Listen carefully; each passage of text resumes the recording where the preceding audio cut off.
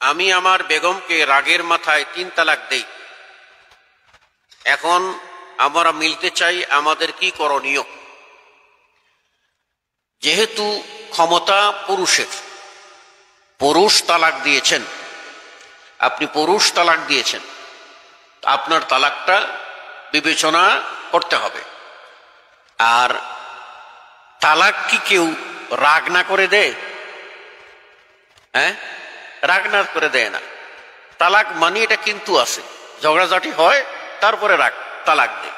অনেকেই বলে রাগ করে দিছি হবে না। না, আল্লাহ রাসূল সাল্লাল্লাহু আলাইহি সাল্লাম বলছেন হাজলুহুন্না হাজ ও জিদ্দুহুন্না জিদ, মানে তালাকটা এমন একটা বিষয় যে এখানে আপনার এই হাসি তামাশা করেন আর কঠোর সিদ্ধান্ত নিয়ে করেন, সবই সমান।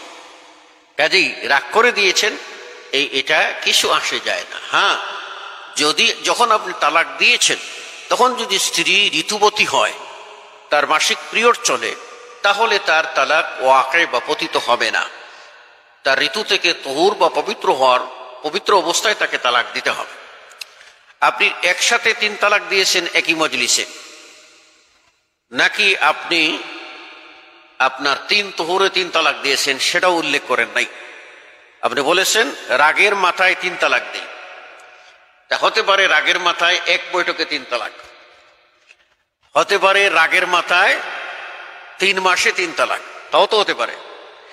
যদি 3 মাসে 3 তালাক হয় তাহলে এই তালাক অকাট্যভাবে পতিত।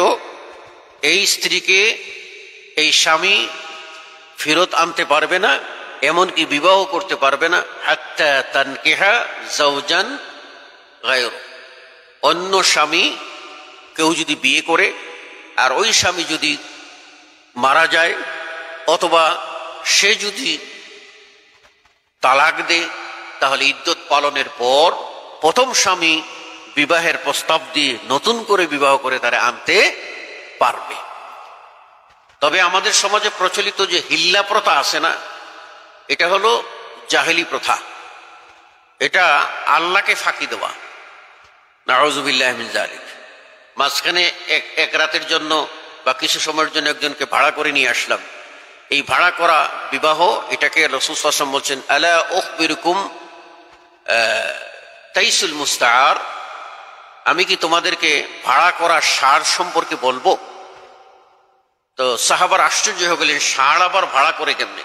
বলে ইয়া রাসূল, সাহাবারা জিজ্ঞেস করলেন, তো রাসূল বললেন যে অন্যের স্ত্রীকে বৈধ করে দেওয়ার জন্য হিল্লা বিয়ে করে, সেটা হলো ভাড়া করা পাঠা, ভাড়া করা ষাঁড়। আল্লাহ রাসূল সাল্লাল্লাহু আলাইহি ওয়াসাল্লাম অন্য হাদিসে বলছেন লাআনাল্লাহুল মুহাল্লিল ওয়া মুহাল্লিলাহু, আল্লাহ রাব্বুল আলামিন হিল্লাকারী, ওই হিল্লা বিবাহকারী আর যার জন্য হিল্লা বিবাহ করে, দুজনের উপরে লানত, আল্লাহ লানত। কাজে এটা করা যাবে না।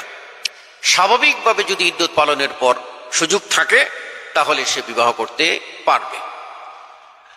এক্ষণে মাসআলা থাকলো যে একই বৈঠকে একসাথে রাগ করে 3 তালাক দিয়ে দিয়েছে। এই 3 তালাক দেওয়া হলো বেদাত। এই 3 তালাক দেওয়া কি বেদাত, কোরআনের খিলাফ। আল্লাহ রাব্বুল আলামিন বলেছেন আত-তালাকু মাররাতান, তালাক একবার দেবে আবার ফেরত আনবে, আরেকবার দেবে আরেকবার ফেরত আনবে, 3 নম্বর বার দিলে আর ফেরত আনতে পারবে না। তো এরপরে কোন ব্যক্তি তালাক দেবে এক তুহুরে একটা।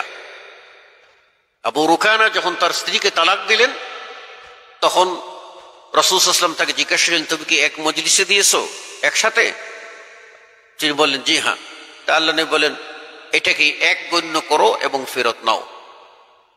তো রাসূল সাল্লাল্লাহু আলাইহি ওয়াসাল্লামের জামানায় এবং আবু বকর রাদিয়াল্লাহু তাআলা আনহুর খিলাফতকালে এবং ওমর রাদিয়াল্লাহু আনহুর খিলাফতের প্রথম দিকে সাহাবী আব্দুল্লাহ ইবনে আব্বাস রাদিয়াল্লাহু আনহুমা থেকে হাদিস, যেটা হলো যে তারা সকলেই এক মজলিসে 3 তালাক দিলে 1 তালাকই গণ্য করতেন আর স্ত্রীকে ফেরত দিতেন।